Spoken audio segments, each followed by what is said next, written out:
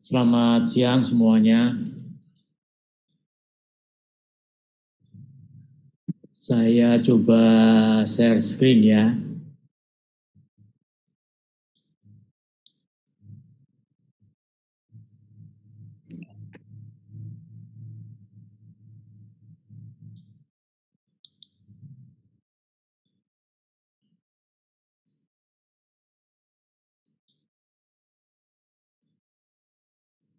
Sudah bisa dilihat ya?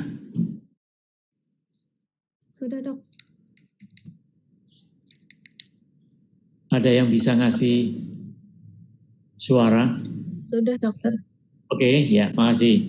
Jadi kita mulai ya, untuk hari ini kita akan kuliah Opskin yang kedua. Jadi mudah-mudahan hari ini selesai untuk bahan saya.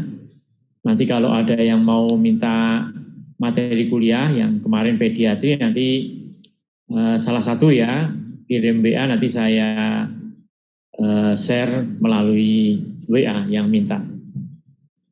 Oke, jadi hari ini kita akan membahas terkait dengan patologi kebuntingan. Ya, patologi kebuntingan ini nanti ada beberapa referensi yang kita ambil, baik itu dari current therapy enterogenealogy, dari veterinary obstetrics and gynecology, genital diseases maupun handbook of obstetric veteriner, dan juga ada satu lagi bahan dari Arthur ya. Bukunya juga beberapa sudah saya terjemahkan. Jadi kita mulai, nanti silakan terutama yang handbook itu yang dan juga dari Arthur itu lebih lengkap untuk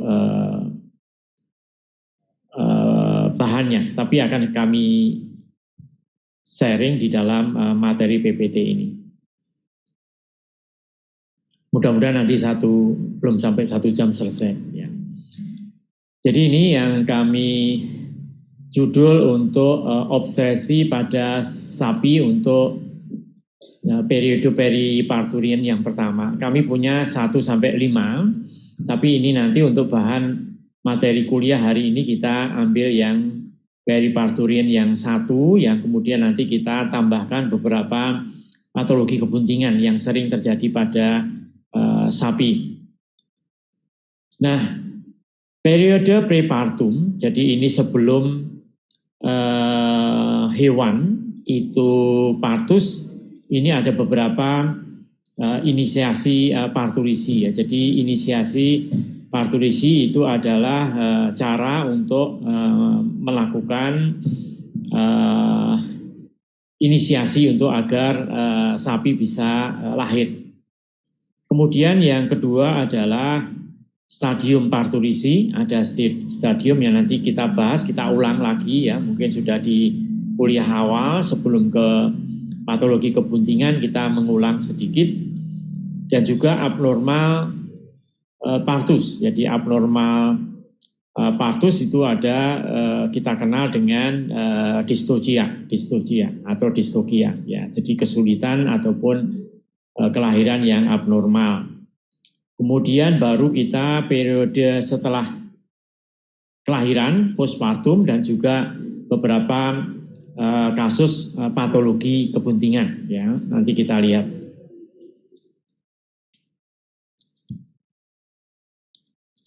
Yang pertama, kalau kita bicara tentang prepartum, yaitu sebelum partus ya, itu adalah kita bicara tentang embrio ya, bagaimana proses pembelahan sel sampai terjadi plasentasi, kemudian kita juga akan kemudian menjadi fetus dan juga perkembangan plasenta. Ini periode-periode prepartum. Kemudian kasus-kasus yang terjadi selama kebuntingan, yaitu bisa terjadi prolaps vagina. Ya. Kemudian bisa nanti kita lihat ada beberapa contoh, ada hidrops allantois, ada hidrops amnion, kemudian kasus patologi kebuntingan itu sudah termasuk ini. Jadi patologi kebuntingan bisa termasuk hidrops allantois, hidrops amnion, adanya mumifikasi fetus, adanya maserasi fetus. Nanti kita bahas satu persatu. Apa yang disebut hidrops allantois, hidrops amnion, kemudian bagaimana bisa terjadi mumifikasi fetus dan juga maserasi fetus. Ya, ini patologi kebuntingan. Nah, perkembangan embrionik perlu diketahui. Ini istilah-istilah harus dipahami. Apa yang dimaksud dengan singgami, apa yang dimaksud dengan embrio, fetus, konseptus ya. Jadi singgami ini adalah bersatunya pronuklei jantan dan betina. Ya, jadi nanti ada, kalau kita bicara tentang embrio transfer, nanti di sel keberapa yang bisa kita ambil, kita panen, kemudian bisa kita bekukan sebagai embrio beku. Nah, nanti pada saat mau transfer, setelah kita siapkan resipiennya, baru nanti kita produksi embrio beku. Kemudian yang embrio itu sendiri adalah hasil dari singgami dan berakhir sampai periode fetus ya. Ini mohon maaf, ini ada yang mau bicara.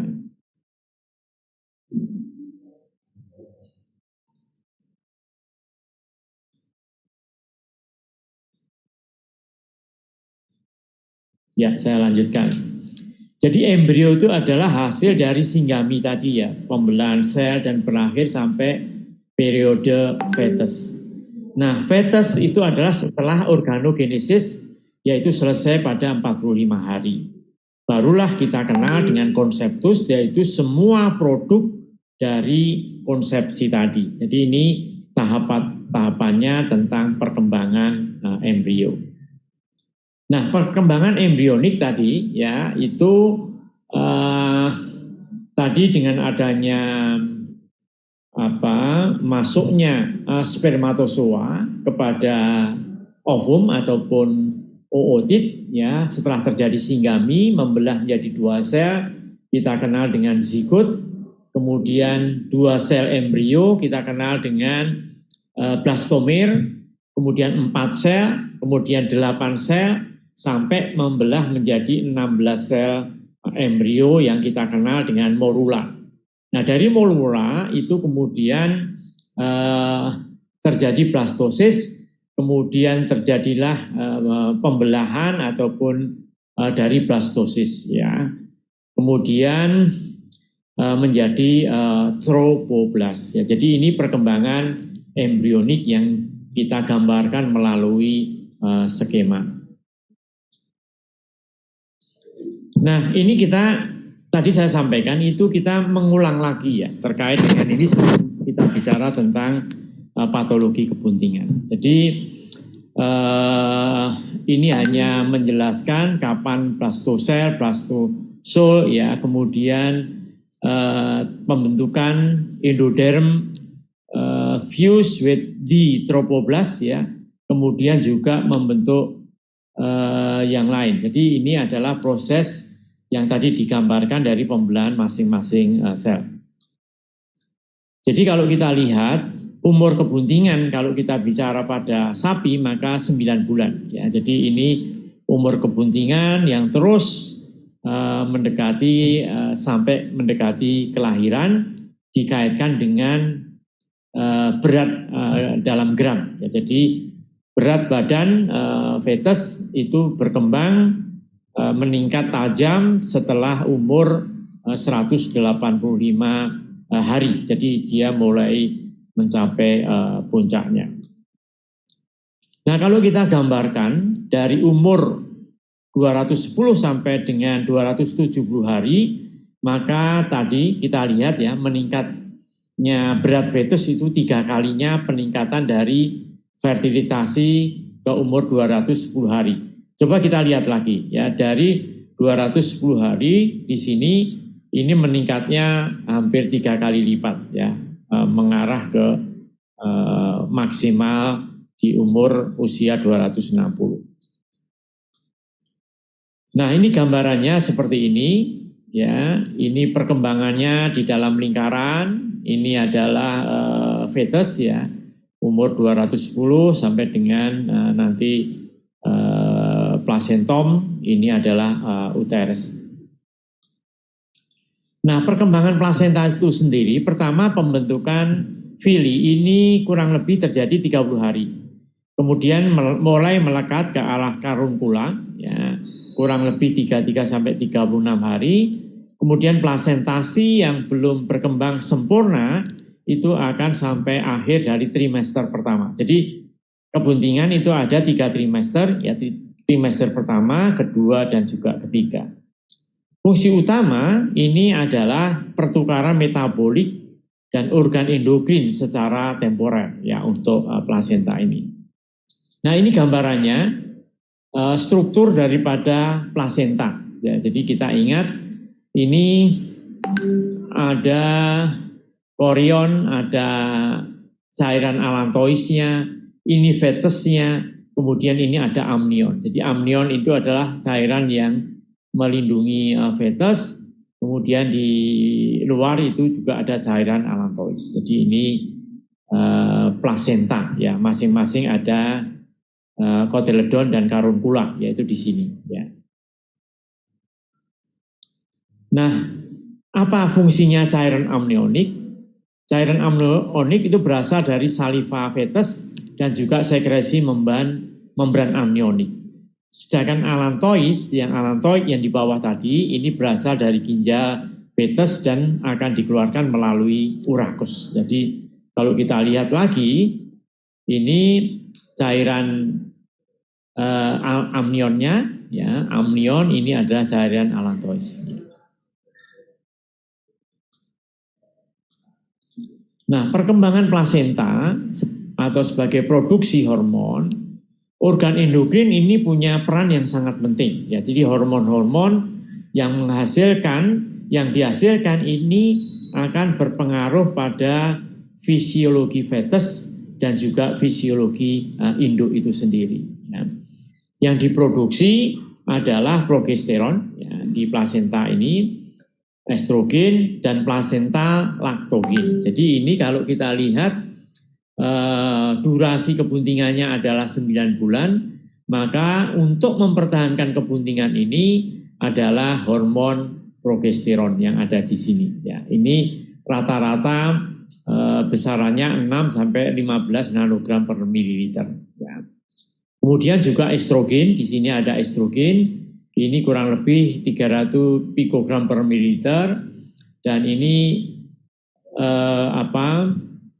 menunjukkan peran progesteron yang dihasilkan oleh corpus luteum dan plasenta ini sangat menentukan untuk mempertahankan kebuntingan sampai umur 9 bulan di sini.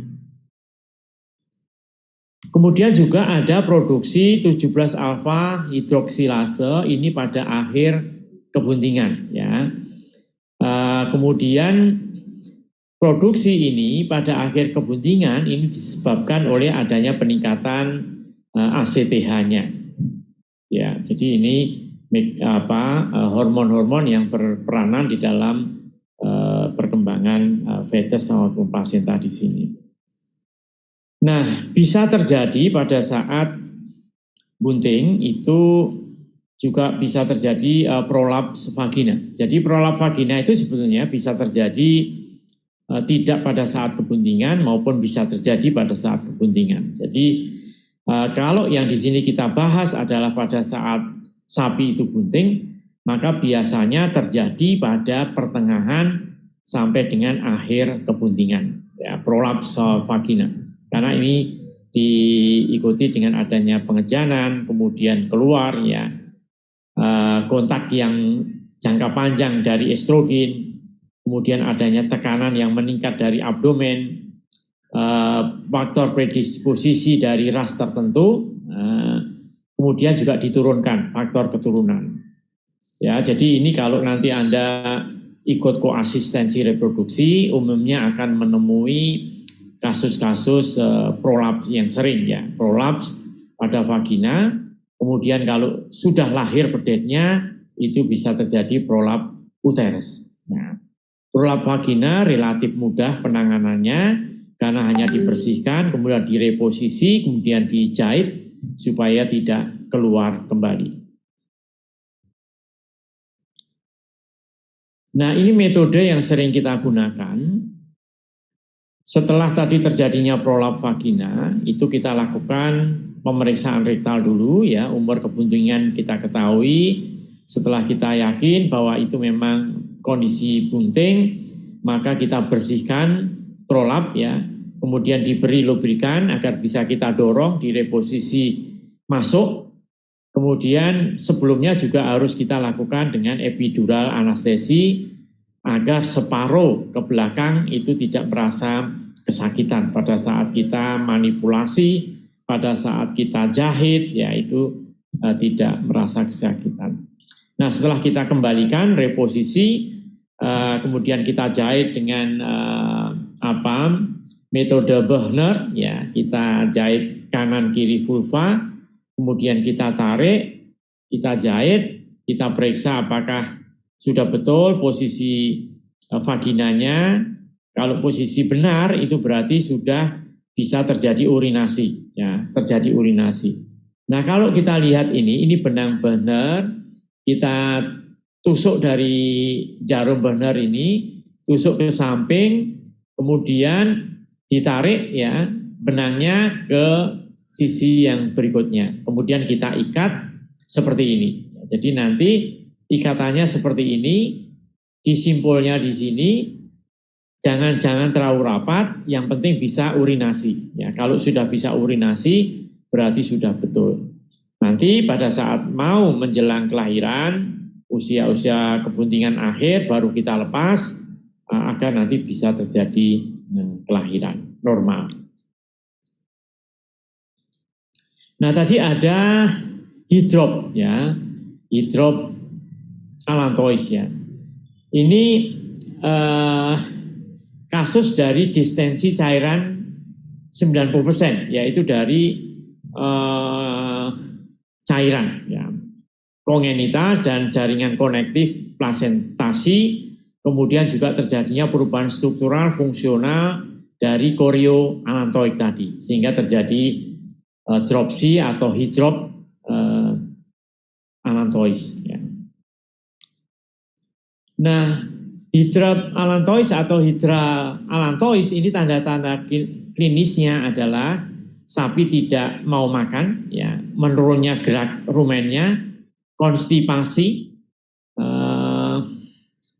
kemudian tanda-tanda klinis yang lain dalam 5-20 hari terjadi pembesaran abdominal, ya, dengan cairan pada akhir kebuntingan atau seperti buah pir. Jadi nanti bentuknya di spina itu mengecil, tapi kemudian perut kanan kirinya membesar seperti buah pir.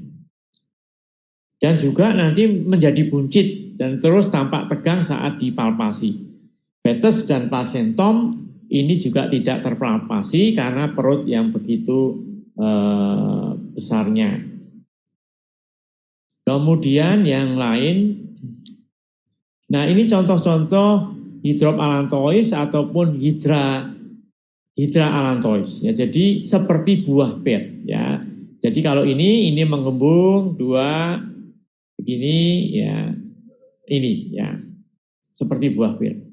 Hydra allantois. Ya, jadi nanti ini merupakan tanda-tanda klinis yang mudah dikenali karena bentuknya perutnya besar seperti buah pir tadi.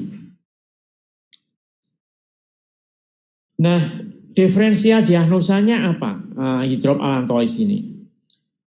Hydramnion indigesti, ya, adanya ruminal timpani, ya. Jadi kalau ada timpani rumen itu nanti juga harus dibedakan sebagai diferensial diagnosa. Ya, ini berbeda dengan hydrop allantois tadi.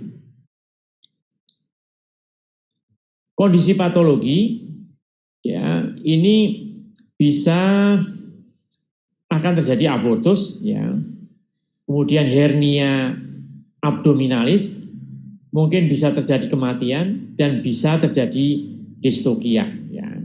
Juga adanya dislokasi pinggul karena terlalu besarnya, kemudian nanti kalau abortus bisa terjadi metritis, ini sangat sering, retensi plasenta ataupun ruptur uterus. Ya. Begitu besarnya cairan di dalam perut akan mempengaruhi ini.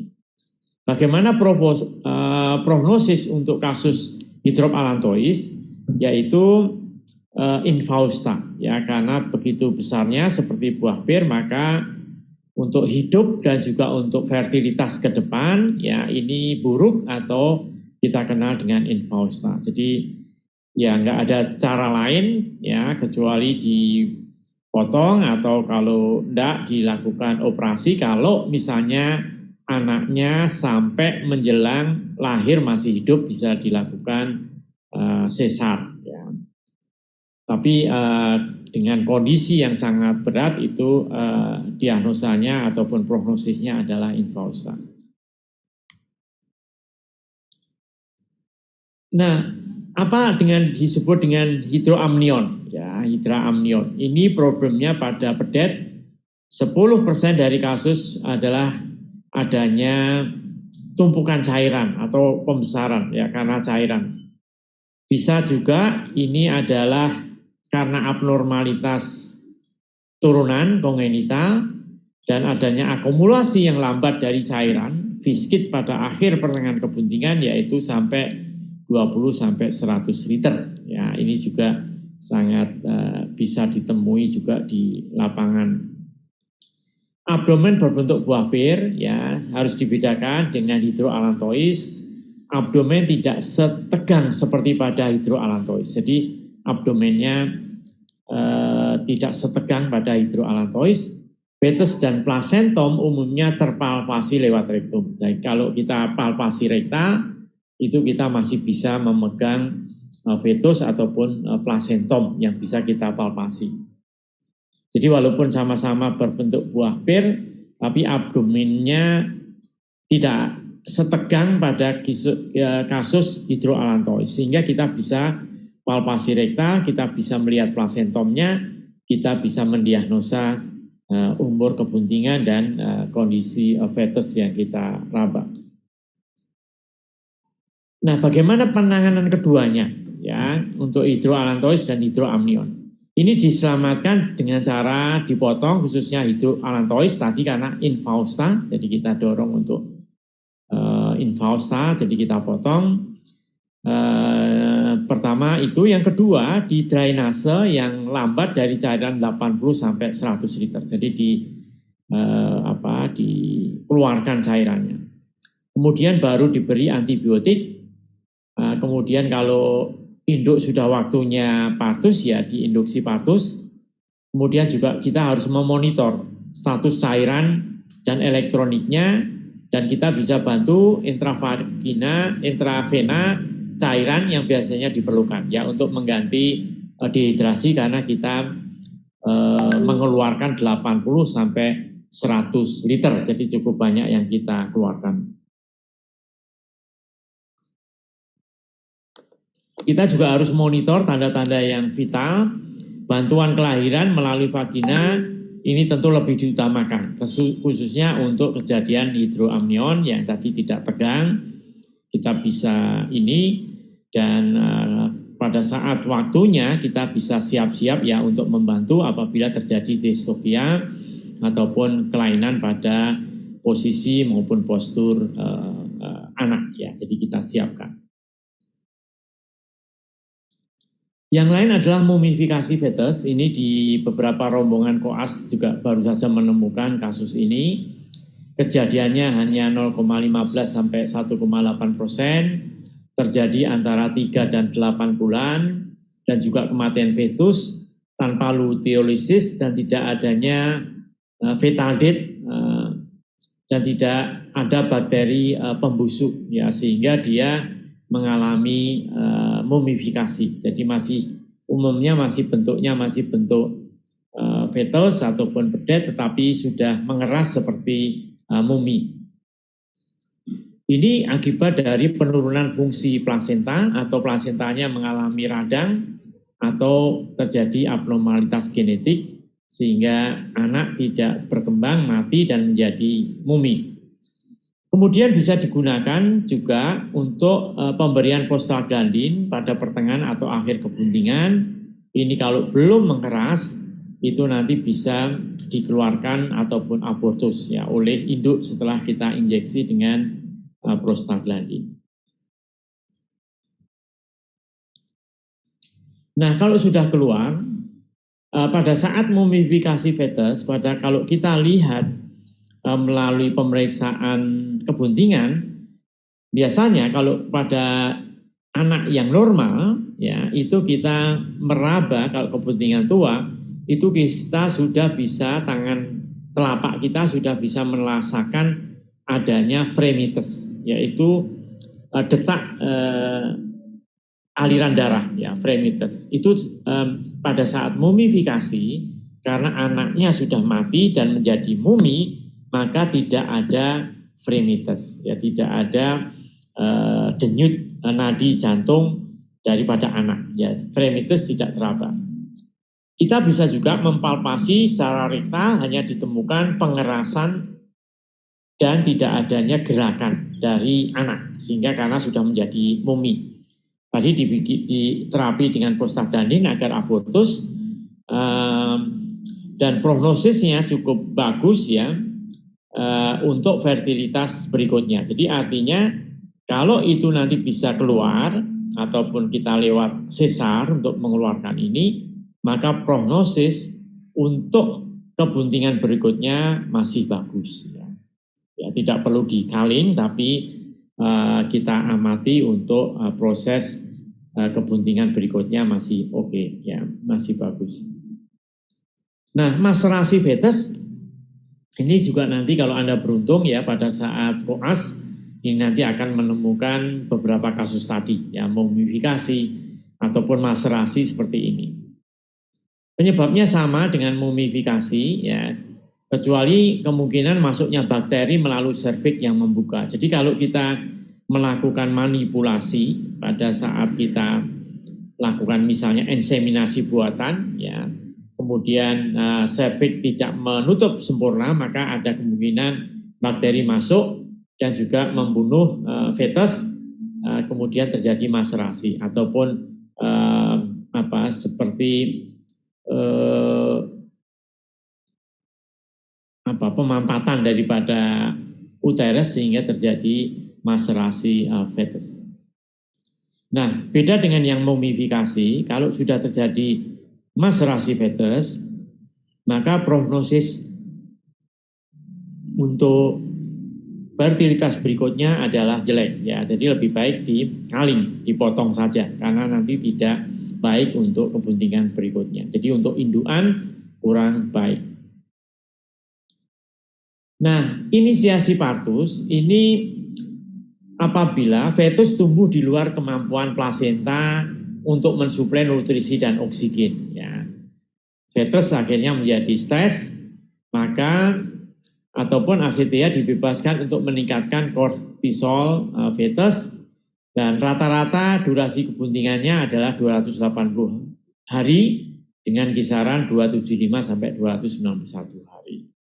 Ini adalah 9 bulan kalau yang normal dan 10 hari. Ya, jadi kita perlu membantu dengan menginjeksi agar terjadi partulisi. Kalau misalnya fetus sudah stres, ya, plasenta tidak sanggup lagi mensuplai nutrisi maupun oksigen. Nah, ini saya kira penting bagaimana terjadi perubahan hormonal pada saat partus. Ya, ini ingat bahwa yang namanya progesteron ini adalah hormon yang mempertahankan kebuntingan. Nah, pada saat partus di sini ini adalah H-1, ini progesteron sudah drop. Pada titik paling rendah ini untuk memacu, ya, prostaglandin maupun estrogen meningkat, fetal kortisol meningkat, progesteron drop sehingga terjadilah partulisi di sini. Ya, terjadi kelahiran. Ya. Nah, tadi ada fetal stress tadi yang perlu kita inisiasi partulisi, ya. Itu karena peningkatan fetal ACTH, kemudian memacu fetal kortisol untuk mengeluarkan prostaglandin atau relaksin.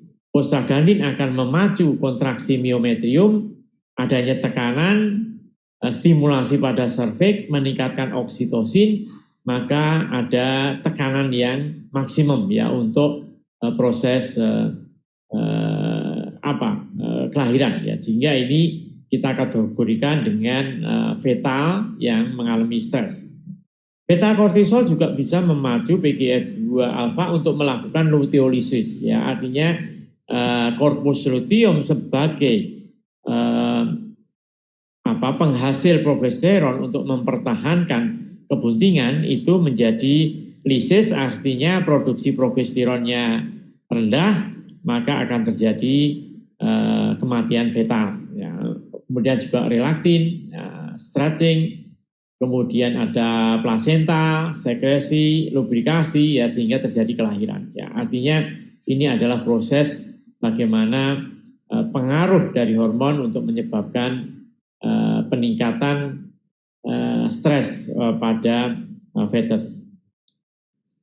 Nah, kemudian juga peran dari lonjakan kortisol fetal pada prepartum, ya, inisiasi partulisi, akumulasi lemak dan glikogen ini akan mempertahankan glukos, hematostasis glukosa segera setelah lahir, ya.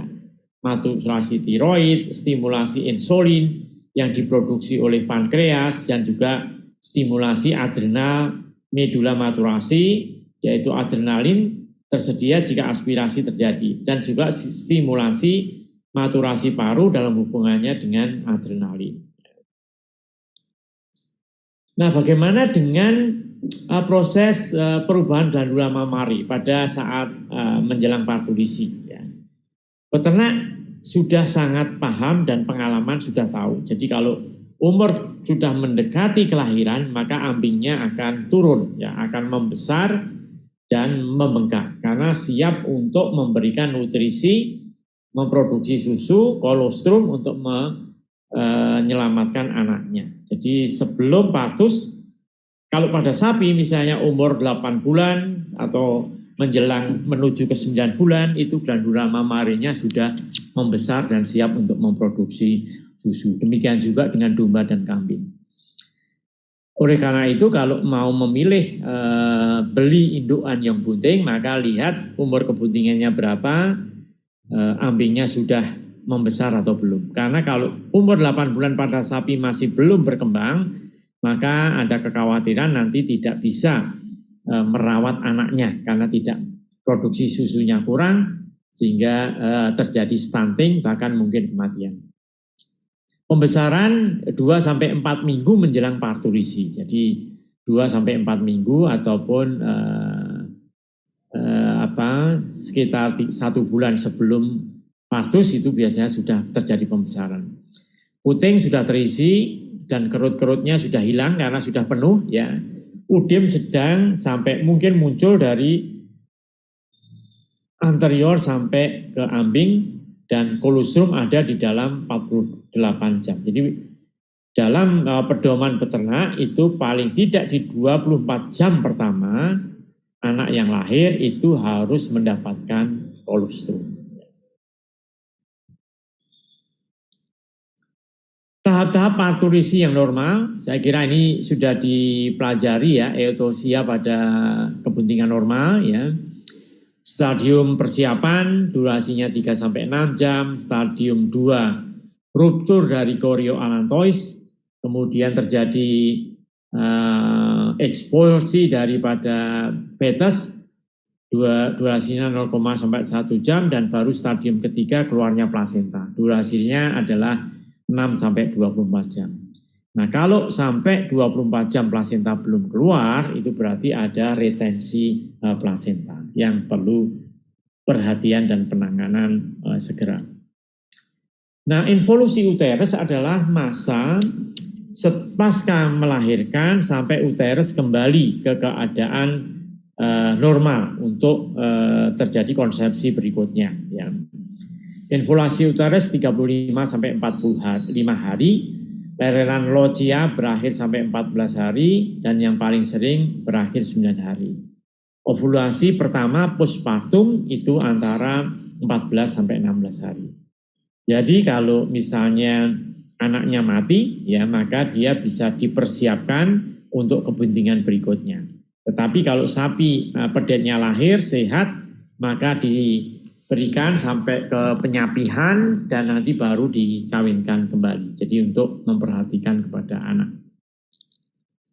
Nah, beberapa slide terakhir adalah ini adalah tentang patologi kebuntingan. Walaupun tadi sudah kita bahas ya, ada hidroallantois, ada macerasi fetus, kemudian ada mumifikasi fetus, dan ini kita coba merefresh tentang plasenta ya. Kenapa terjadi torsi uteri, kenapa terjadi kematian embrio dini. Ya kita coba bahas di beberapa slide terakhir ini. Nah, kelainan plasenta pada plasenta ini kan ada 2 tadi ya. Karena plasenta yang dari induk, plasenta yang dari anak atau dari maternal maupun dari fetus ya. Sehingga persambungan kedua plasenta itu disatukan dengan kotiledon dan karunkula sebagai sumber nutrisi pada anak. Nah, kemudian pada kasus radang plasenta atau plasentitis kita kenal ini biasanya disebabkan oleh bakteri yang non-spesifik. Ada E. coli, ada Corynebacterium pyogenes ya, yang nanti bisa menyebabkan pyometra ya, karena terjadinya bakteri yang push. Ataupun plasentitis ini juga bisa terjadi pada penyakit-penyakit zoonotik, penyakit-penyakit yang menular dari hewan ke manusia yang kita kenal dengan brucellosis ya.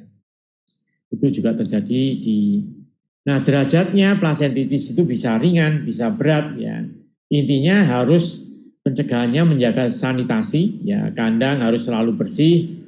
Kalau ada pergantian penghuni kandang maka harus didesinfektan. Kemudian juga untuk memelihara kesehatan hewan itu harus memberikan pakan dengan kualitas tinggi sesuai kebutuhan. Jadi pakan itu kan ada pakan konsentrat itu ada pakan untuk maintenance, ada pakan untuk laktasi.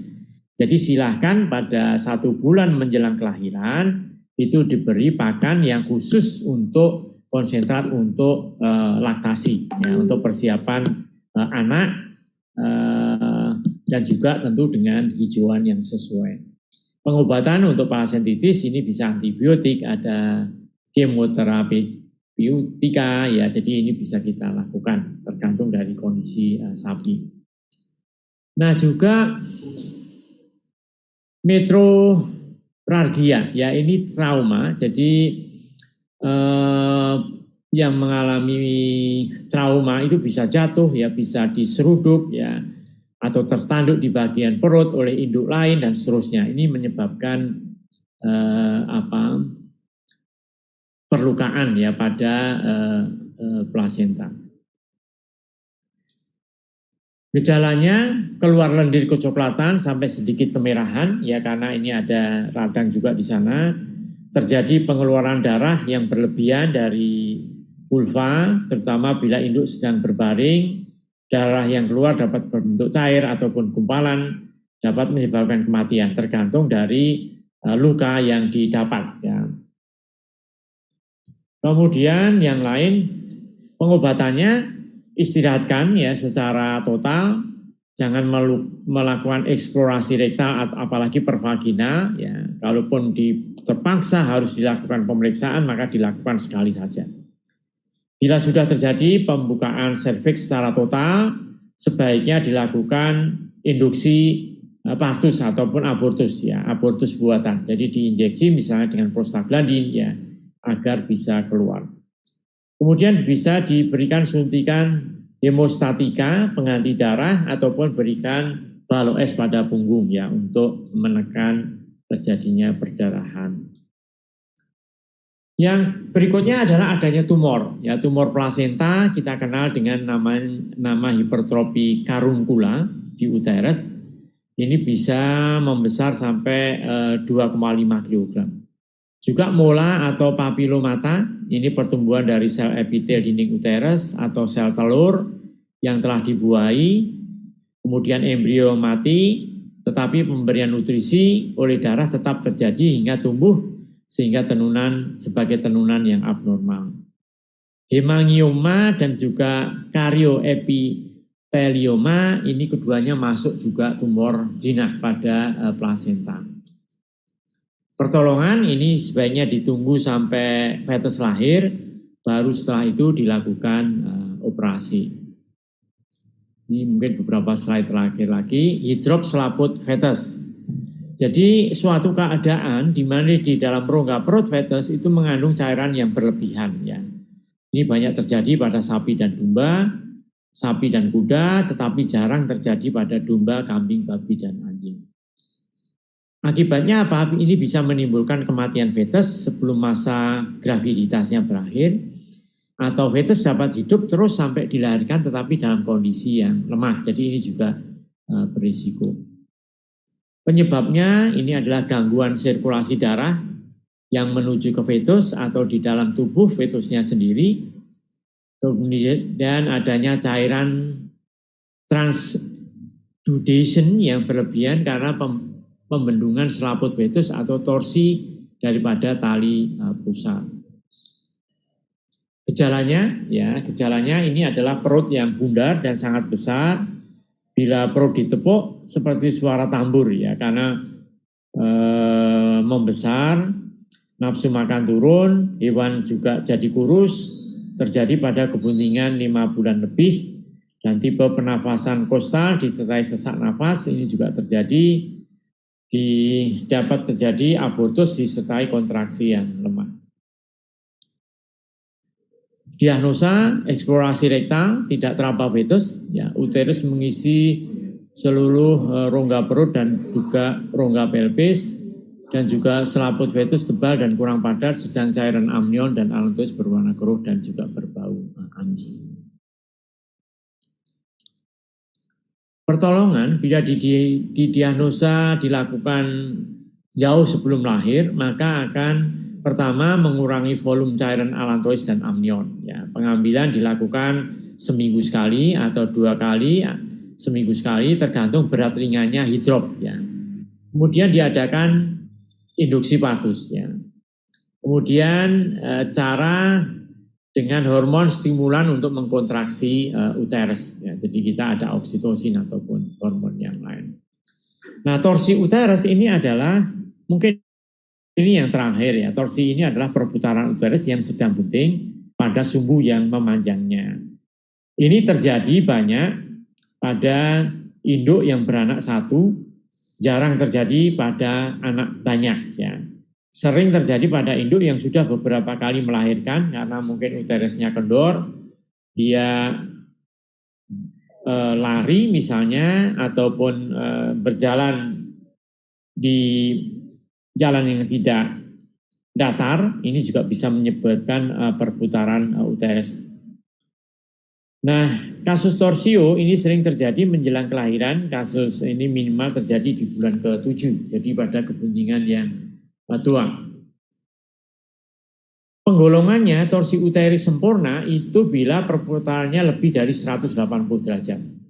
Torsi uteris tidak sempurna bila perputarannya kurang dari 180 derajat. Jadi ini memang kornunya yang normal seperti ini adalah uterus yang tidak bunting, ini yang bunting, dan karena terjadi torsi maka ini akan menggulung dan porsi yang satunya tidak kelihatan karena tertutup oleh putaran yang sebelah kiri. Ini juga gini, ini yang torsi uteri, ini juga torsi uteri di 90 derajat dan 240 derajat. Nah ini juga torsi yang dextrum yang kanan 360 derajat, penyebabnya adalah kebuntingan tua, terpeleset, terjatuh, ataupun karena lari, ya, atau induk terlalu lama di kandang, ya, tidak ada exercise, gerakan dua dari berbaring terus berdiri melalui proses nungging, ini juga menyebabkan posisi uterus tergantung bebas di rongga abdomen, ya. Torsi dinding uterus juga tonusnya juga kurang kuat, sehingga ini bisa menyebabkan kejadian torsi uterus.